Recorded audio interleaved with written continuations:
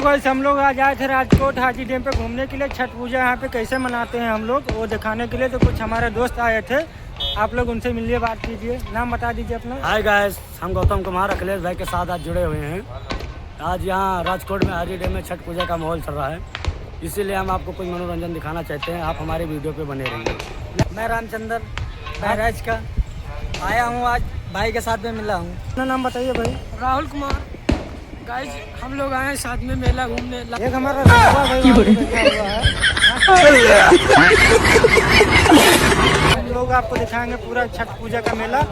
आप लोग बने रहिए हमारे वीडियो में, अभी आपको दिखाते हैं। हमारे वीडियो में आप सभी को हम बिरहा होते हुए दिखाएंगे एकदम लाइव।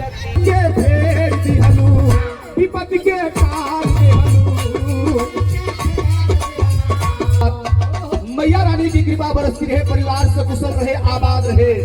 जिला बहराइच से हमारे गौतम भैया की ओर से पुनः दोबारा सम्मान 101 रुपया आशीर्वाद। जय हो मैया रानी की, मई भगवती की कृपा बरसती रहे। सब भैया के प्रणाम का कहना।